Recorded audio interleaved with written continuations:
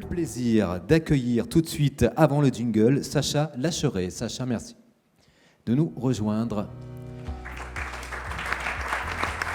Alors, Sacha, vous ouvrez le bal, vous êtes boulonnais d'origine, installé à Lille aujourd'hui, ingénieur Polytech, avec une double casquette à Polytech, mi-commercial et mi-ingénieur. On va comprendre pourquoi dans quelques instants. Et vous avez cherché à créer ce qu'on appelle un réseau social de l'événementiel. Vous aviez ça en tête avec vos amis étudiants, inviter des amis, comment on fait? Bon, ça rappelle un peu la naissance de Facebook, on vous souhaite le même sort.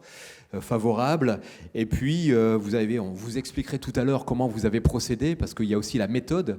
Et on a affaire ce soir à la naissance à quelque chose qui est un peu bluffant, parce que Buddies a déjà 150 000, en 8 mois, 150 000 utilisateurs. C'est plus de 1500 par jour. Donc, c'est quelque chose qui est complètement parti. Vous avez 7 minutes pour nous expliquer ce mixte entre le réseau social et l'appareil photo jetable. Je n'en dis pas plus. Bonne conversation. Merci Yannick pour l'introduction. Je dois vous avouer quelque chose. J'ai été Instagrammeur, je connais bien la plateforme, et quand on est jeune, ça peut être très malsain. Toutes les photos postées doivent être parfaites pour avoir toujours plus de likes et d'abonnés. Le pire, c'est les photos avec notre visage. À l'époque, je reprenais 100 fois ma photo avant de la publier, tout ça pour me conformer à des normes de beauté totalement superficielles. Ça ne m'étonne pas que ça crée des complexes chez les jeunes et qu'ils peuvent se sentir mal dans leur peau. Aujourd'hui, les jeunes ont conscience de tout ça, ils veulent le fuir et ils cherchent des alternatives. C'est pour ça qu'on a lancé Buddies.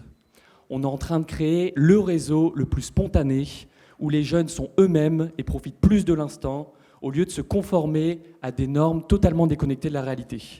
Est-ce que vous allez vous identifier au concept de Buddies? Non, mais notre cible, elle, oui. Notre secret sauce, c'est qu'on a mixé le concept d'un appareil photo jetable avec ce que les jeunes aiment le plus, un réseau social. Comme pour l'appareil photo jetable, quand on prend une photo sur Buddies, on ne voit pas le rendu de sa photo. Donc inutile de faire plusieurs reprises pour avoir la photo parfaite. Ensuite, il faut attendre pour voir les photos, les nôtres et celles de nos amis, comme c'est un réseau. Donc on sait que nos amis ont pris des photos, on sait combien de photos ils ont prises, mais on ne peut pas les voir tout de suite. Et le moment magique, tous les dimanches, à midi, toutes les photos sont révélées. On découvre toutes les photos qui ont été prises la semaine, les nôtres et celles de nos amis. Buddies, ce n'est plus juste une idée. Aujourd'hui, c'est un product market fit. On a dépassé les 150 000 utilisateurs. On est sur une croissance de plus de 1500 utilisateurs chaque jour. On est à plus de 500 000 publications chaque semaine. Et alors que la rétention moyenne sur le marché des applications mobiles, après un mois, se situe autour des 4%, donc c'est-à-dire qu'au bout d'un mois, il ne reste plus que 4% des utilisateurs, sur Buddies, on est à 41%. C'est 10 fois plus que le marché. Si on a de telles statistiques aujourd'hui et une telle croissance, c'est parce que Buddies répond à un désir de spontanéité auquel les réseaux sociaux actuels du marché, tels qu'Instagram, BeReal et Snapchat, ne répondent pas. Ce qui plaît énormément, c'est que contrairement aux autres réseaux, quand on prend une photo sur Buddies, on ne voit pas le rendu. Donc on n'a pas besoin de faire plusieurs reprises pour avoir la photo parfaite, on peut plus profiter de l'instant. Et comme les photos qu'on poste, on sait qu'on les verra plus tard, on a moins de pression à publier, c'est plus spontané, et cette spontanéité, elle a un impact très positif sur le reveal le dimanche, puisqu'on voit nos amis sur Buddies d'une manière différente que sur les autres réseaux. Buddies, c'est également un business model très rentable. Il y a 2 sources de revenus. La première, c'est le reveal. Un reveal, c'est un jeton qui permet à un utilisateur de révéler une photo ou une vidéo avant dimanche. C'est en expérimentation et on a déjà des achats tous les jours. Pourquoi les gens achètent? Tout simplement parce que quand on utilise un reveal, on ressent ce sentiment d'exclusivité, ce sentiment de découvrir quelque chose avant les autres, et ça plaît énormément. C'est l'une des sources de revenus les plus rentables possibles, étant donné qu'on crée de la valeur juste à partir de notre concept basé sur l'attente. Et c'est très facile à mettre en place. La deuxième source de revenus de Buddies, c'est la même que les réseaux sociaux type Snapchat, Instagram et Facebook, basée sur la publicité, qui est une source de revenus très rentable. Ça fonctionne de la manière suivante. Buddies fournit une audience qualifiée basée sur les profils et intérêts des utilisateurs aux annonceurs. Les annonceurs paient pour de la publicité ciblée dans le feed d'actualité de Buddies. Le feed d'actualité offre une source de divertissement aux utilisateurs qui, en échange, fournissent de la data gratuite à Buddies qui améliore les algorithmes de ciblage publicitaire. Pour mettre en place le business model basé sur la publicité, il faut énormément d'utilisateurs et ça tombe bien car le marché est colossal. Tout d'abord, en 2022, 59,4% de la population mondiale utilisait les réseaux sociaux au moins une fois par jour, et 60% en France. Ces chiffres sont en constante évolution. La principale raison, ce n'est même pas le divertissement comme TikTok, c'est rester en contact avec ses amis et sa famille. Ensuite, les dépenses publicitaires mondiales sur les réseaux sociaux augmentent d'environ 40 milliards tous les ans depuis 2017. Elles ont atteint 226 milliards en 2022 et ils annoncent 270 milliards en 2023. On est 4 dans l'équipe à temps plein et on est très complémentaires.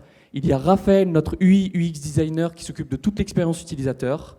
Lucas, notre responsable technique qui développe l'application sur iOS et Android. Et Mathieu, notre responsable croissance, c'est le chef de l'acquisition dans les universités et sur TikTok. Buddies, ce n'est pas un coup de chance, c'est un travail de longue haleine. On a pivoté 4 fois. Ça a été dur, on a passé notre vie à aller interviewer notre cible dans la rue et à tester notre concept. Mais on a été à l'écoute, on a su se remettre en question et exécuter rapidement. Et c'est pour ça qu'on a atteint notre product market fit. On est en train de conquérir toute la France. On a trouvé la stratégie. On attaque université par université. On a déjà bien commencé avec l'Université de Lille. Dans les grandes écoles, on prend la soirée où il y a le plus d'étudiants de l'année et on fait en sorte que pour participer à cette soirée, chaque étudiant doit avoir installé Buddies et avoir au moins 3 amis sur l'application. Les dernières écoles avec qui on l'a fait sont l'ISCOM et l'IESEG et associées à la viralité de notre concept, on a littéralement réussi à avoir toute l'école. Maintenant, c'est carrément les BDE qui nous contactent. On n'a plus qu'à répliquer notre modèle école par école et c'est en train de créer un effet boule de neige inarrêtable. Aujourd'hui, on lève 500 000 en equity pour continuer à conquérir les écoles, exploser le marché français et commencer à partir à l'international. La plupart du budget sera alloué au marketing et au développement dans les universités. Vous avez des enfants, des petits-enfants ou des jeunes dans votre entourage. Honnêtement, je leur souhaite 1000 fois plus d'être sur une application comme Buddies plutôt que sur des réseaux qui les déconnectent de la réalité.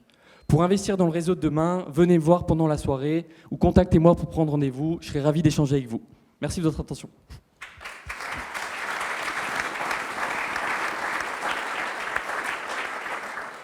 Alors, vous êtes 4, c'est 3 ans de travail, vous avez déjà pivoté 4 fois. Comment ça s'est passé pour vraiment être certain que le bon positionnement, c'était celui que vous déployez aujourd'hui?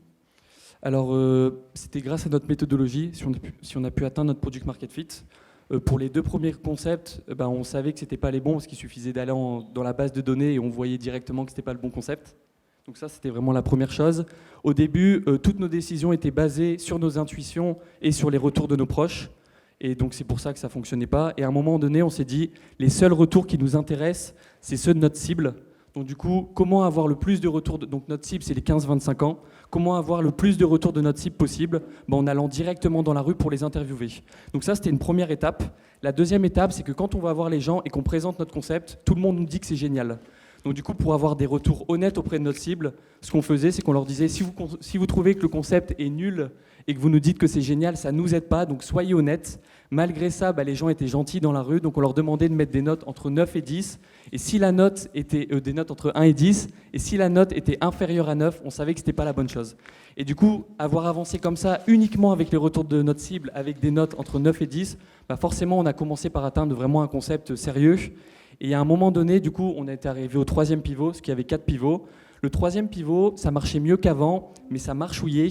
Et ça, c'est compliqué parce que quand on a un concept qui marche un peu, on ne sait pas trop si on doit continuer ou arrêter. Et vu que notre ambition était vraiment forte, on s'est dit on doit pivoter.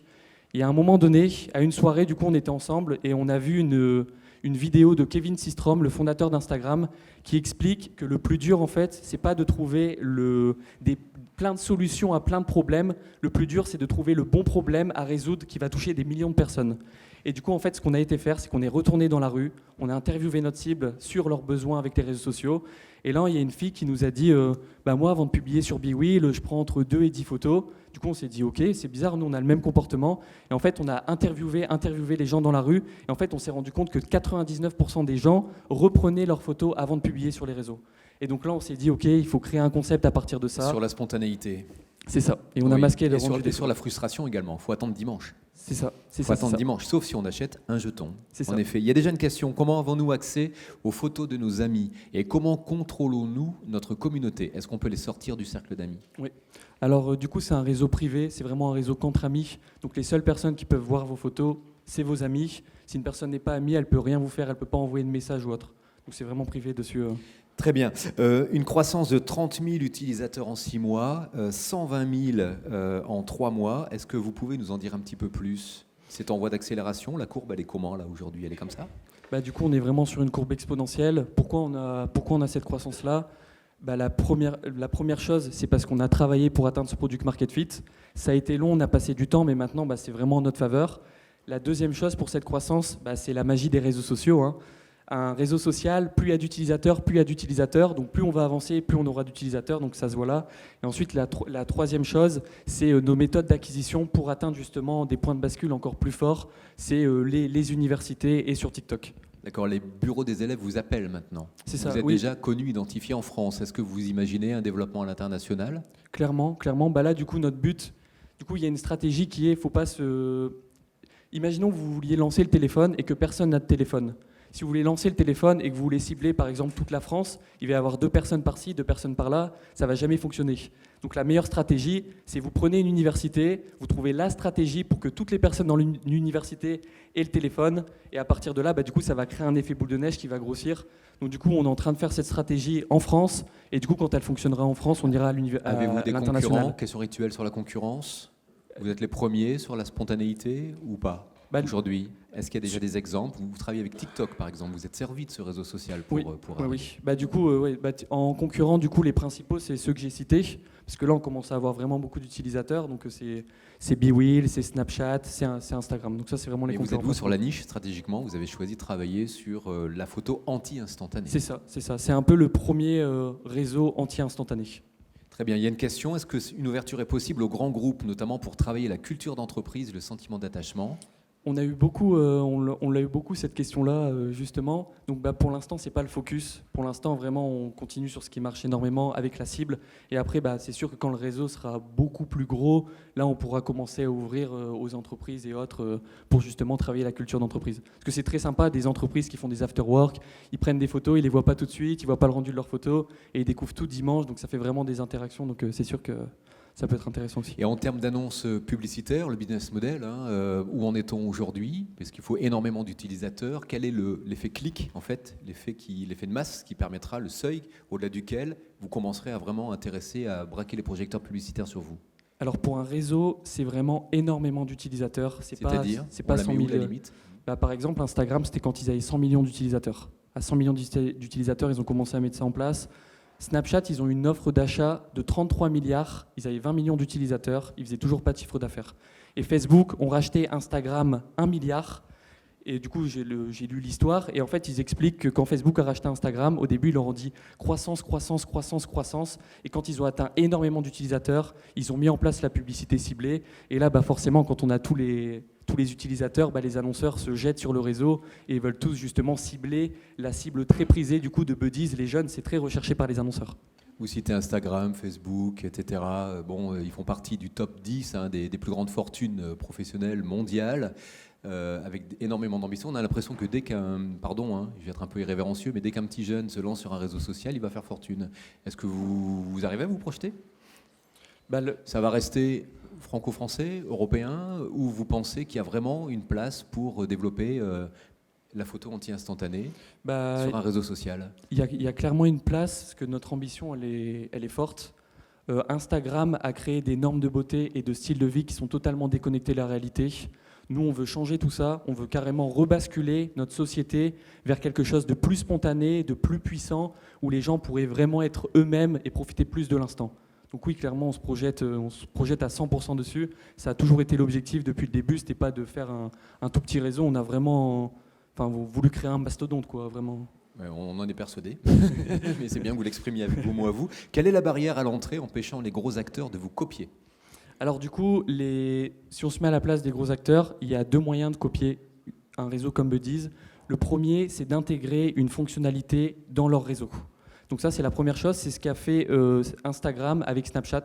Ils ont copié la story de Snapchat. Ça a cartonné, mais Instagram, ça n'a pas empêché Snapchat de fonctionner. Donc ça, c'est la première chose. Ça, c'est une chose qu'ils ne peuvent pas faire avec Buddies parce que le concept est beaucoup trop spécifique. Si sur Instagram, on peut prendre des photos, on ne voit pas le rendu, et des photos, on prend le rendu, ce serait beaucoup trop complexe. Donc on vient à la deuxième chose. La deuxième chose, c'est de recréer totalement un autre réseau. C'est ce qu'ils ont essayé de faire avec BeWheel. Ils ont créé TikTok Now, ça n'a pas marché. Ils ont essayé de faire ça avec Snapchat, ça n'a pas marché. Il y a deux choses qui nous protègent. La première chose, c'est est-ce que vous voulez utiliser le vrai Buddies ou le Buddies low cost? Parce que les gens, ils font attention à ça. Il y a vraiment l'image de marque. Ils sont intéressés par ça. Et voilà. Et voilà, Buddies, ça veut dire les potes en américain. C'est ça. Et vous êtes soutenu, pour être complet, par Aura Technologies et le réseau Entreprendre Côte d'Opale. Merci beaucoup. Merci à vous. Sacha pour ce pitch. Merci. Cette présentation.